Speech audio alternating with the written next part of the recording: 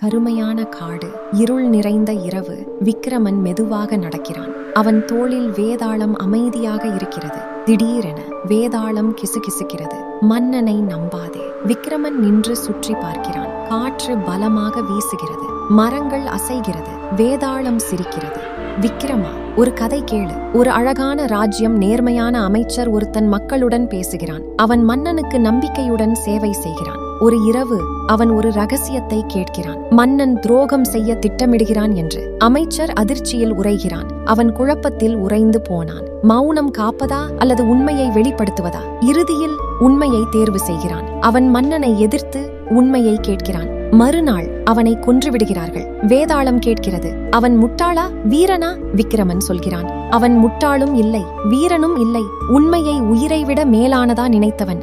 ஆனா புத்திசாலியாக இருந்தா சாகாமலேயே உண்மையை வெளிச்சத்துக்கு கொண்டு வந்திருப்பான். வேதாளம் சிரிச்சது.